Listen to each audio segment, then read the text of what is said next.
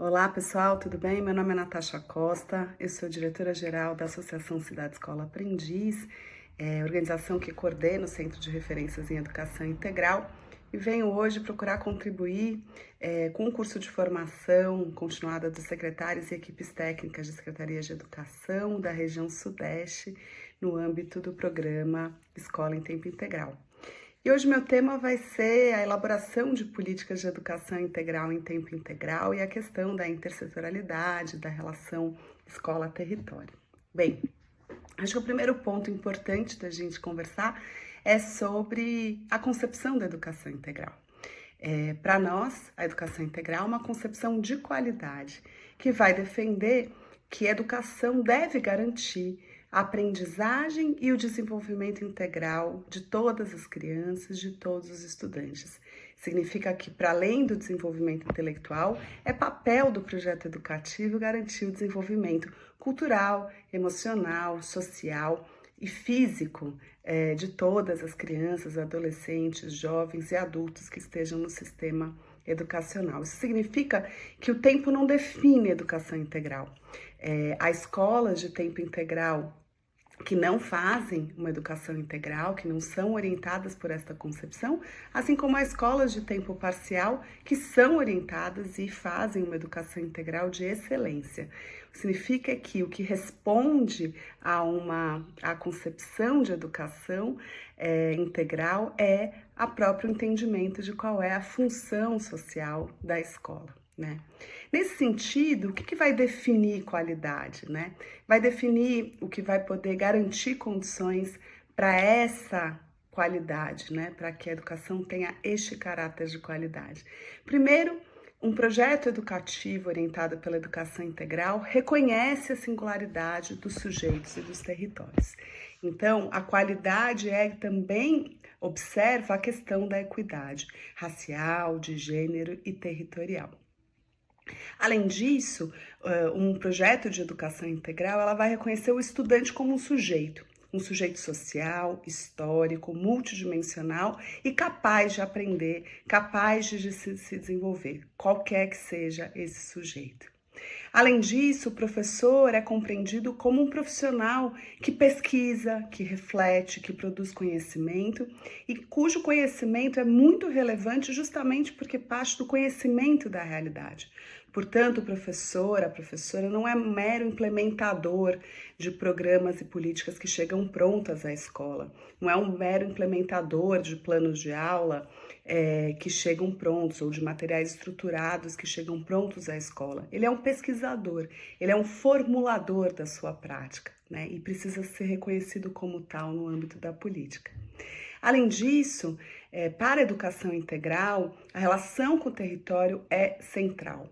Por isso, a educação integral vai procurar superar a hierarquização entre os saberes acadêmicos e populares. É no encontro entre os saberes que são promovidos, constituídos pela escola, e os saberes que são trazidos pela comunidade, pelos estudantes, produzidos nos territórios, que esta educação de caráter integral vai se constituir. Por isso, para nós, na educação integral, todos os profissionais da escola, as crianças, estudantes e a comunidade são educadores e aprendizes.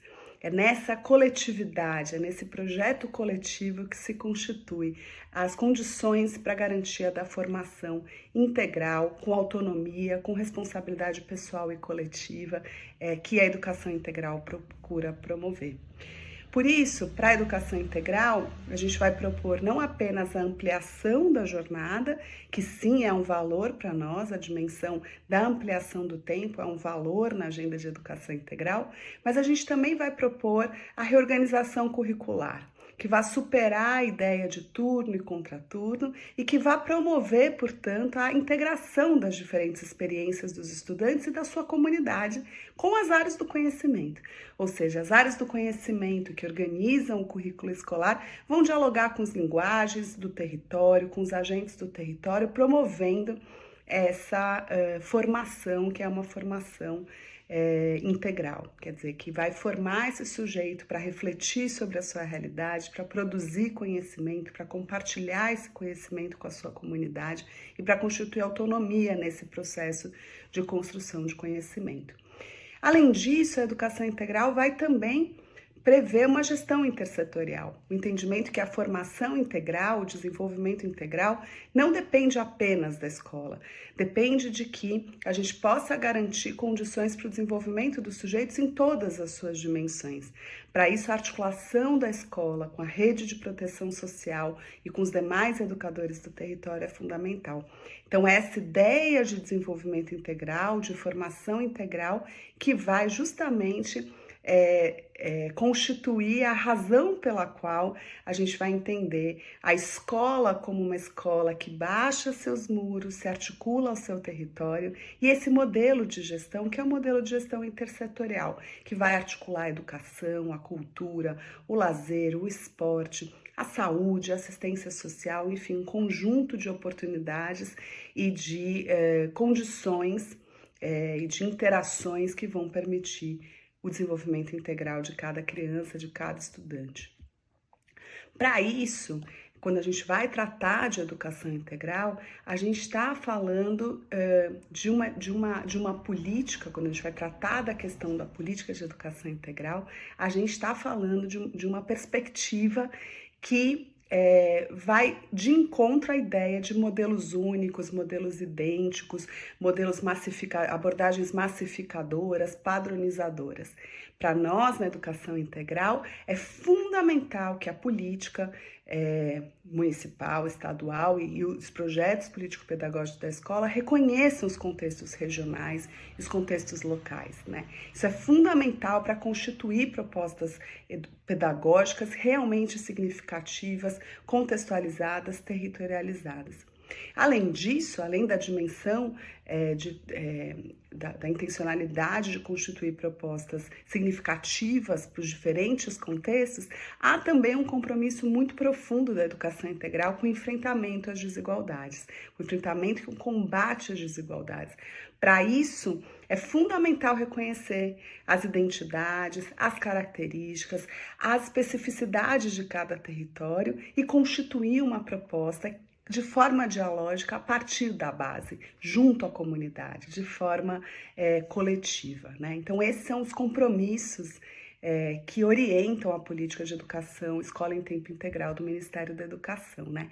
Isso exige, quando a gente pensa no campo da educação, subverter uma ideia de que a política é pensada nos órgãos centrais, é planejada nos gabinetes, é planejada por especialistas e ela é implementada na escola, né? Aqui a gente está tratando de superar essa ideia, né, que a professora Dirce Koga vai chamar de modo equipamentista de operar a política pública, ou seja, uma política que acontece a revelia de quem são os sujeitos que ocupam os territórios, que vai ser produzida entendendo a escola como um equipamento público de atendimento genérico, né? Então, aqui a gente subverte essa ideia para entender que na educação integral a política a escola, o território, não são o ponto de chegada da política pública, elas são o ponto de partida. Então é na escola, no diálogo com o seu território,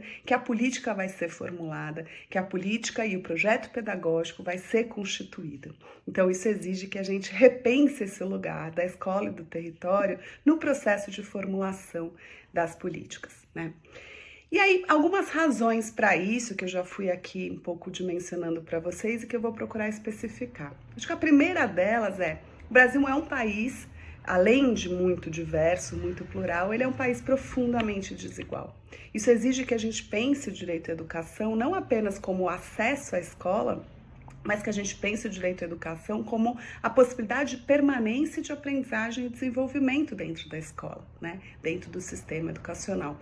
Isso implica que a gente pense não apenas aquilo que é a oferta educacional, a escola, os insumos, os professores, os materiais, mas também os fatores extraescolares, ou seja, que condições sociais, econômicas se encontram os estudantes, as crianças e as suas famílias, né?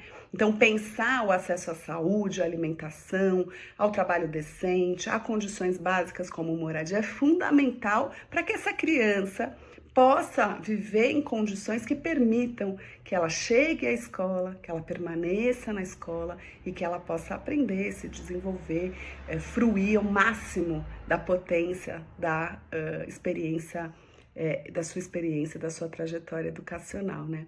Por isso, num país, numa política de educação que vai olhar para a questão do enfrentamento às desigualdades, é fundamental pensar que essa política precisa ser pautada na ideia de integralidade da proteção, né? Então, aquilo que está lá preconizado no Estatuto da Criança e do Adolescente, que vai dizer, né, que a criança e o adolescente devem ter garantidos o conjunto de direitos, isso implica que o direito à educação, então, dialogue com os demais direitos sociais, e o que significa que é fundamental que a política educacional também dialogue com as diversas políticas sociais que se voltam para as crianças, para os adolescentes e para os jovens. Daí o marco da intersetorialidade ser estruturante para a política de educação integral, né?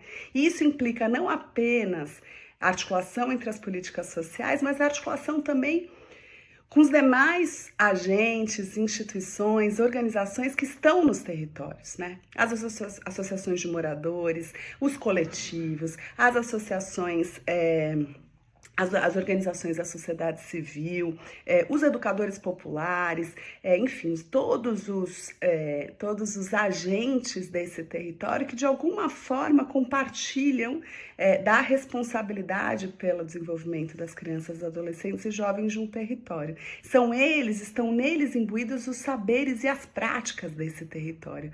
Portanto, para além da articulação das políticas sociais, uma política de educação integral também identifica esses saberes, esses que a gente chama de potenciais educativos, e os coloca articulados a serviço do desenvolvimento e da construção de um projeto educativo significativo, contextualizado, territorializado, socialmente referenciado, né?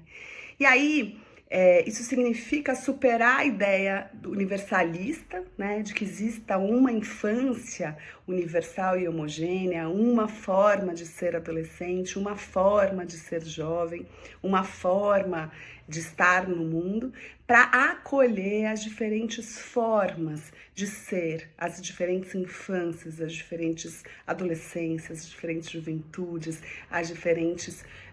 os diferentes grupos sociais, enfim. Apenas a partir do reconhecimento dessas diferenças, dessa diversidade, é que a gente pode localizar aquelas crianças, aqueles adolescentes, aqueles jovens a que se destina um determinado projeto educativo, né? E isso dialoga com o marco de enfrentamento ao racismo tão fundamental num país como o Brasil, que é caracterizado por um racismo estrutural, né? Então é isso que a professora Nilma Lino Gomes vai abordar quando ela vai dizer que diante do direito à diversidade, a teoria educacional é desafiada a conhecer e destacar aquilo que nos une sem perder de vista o que nos diferencia.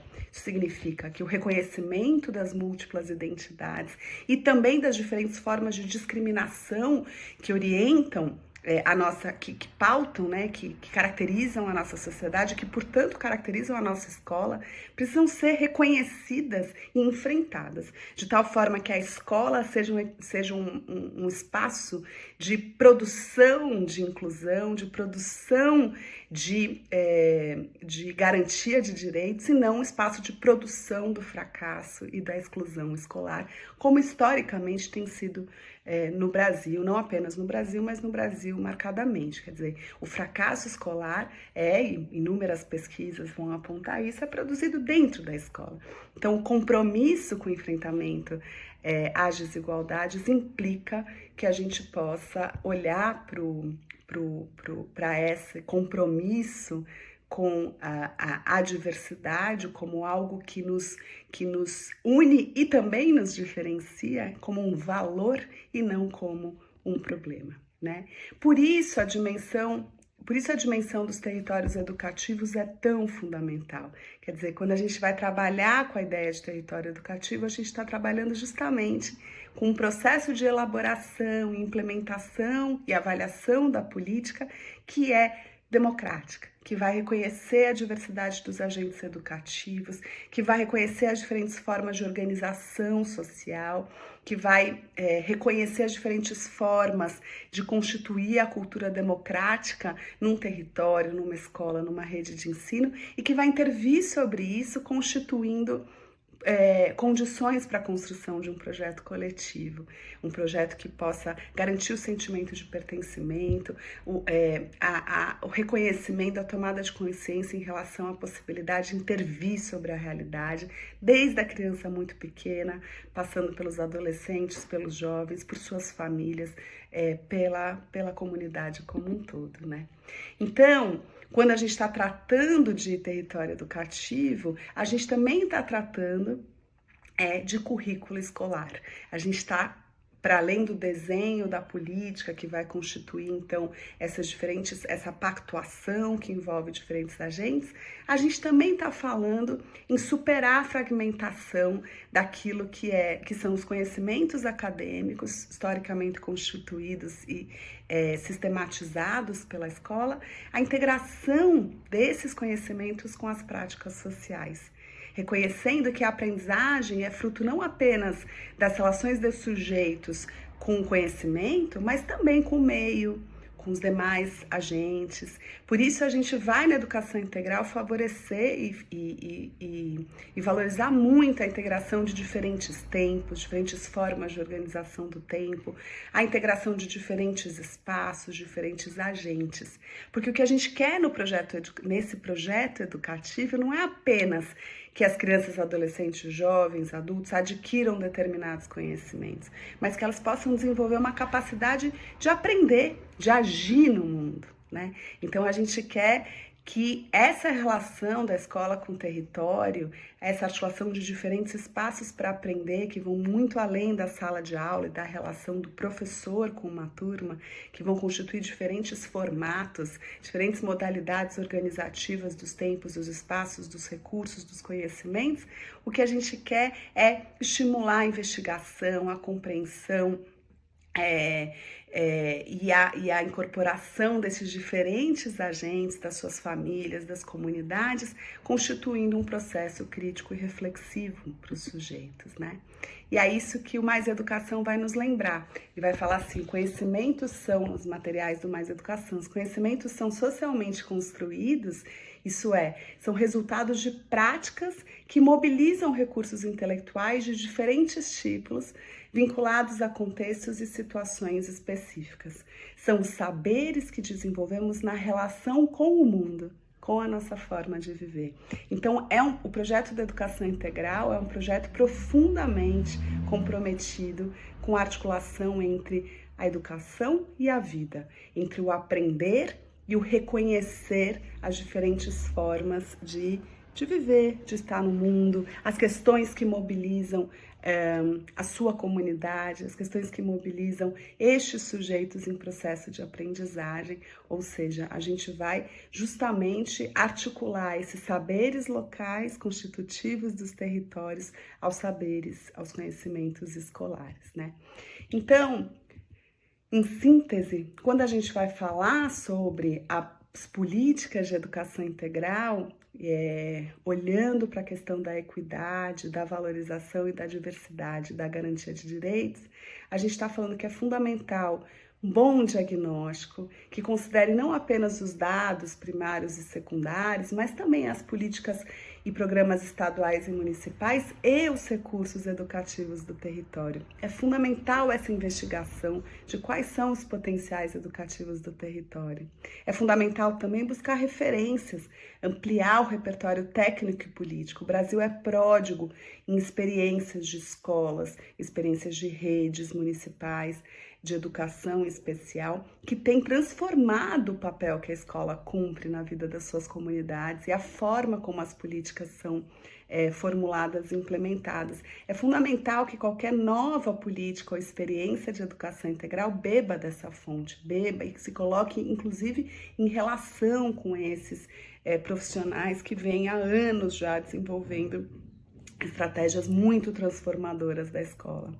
É fundamental no âmbito da rede pactuar objetivos com base nesses dados, né? Envolver a Secretaria de Educação, as diferentes pastas da Secretaria, não apenas o departamento que cuida da questão pedagógica ou a pasta que cuida da escola em tempo integral, mas esse é um projeto que deve envolver os diferentes setores, né?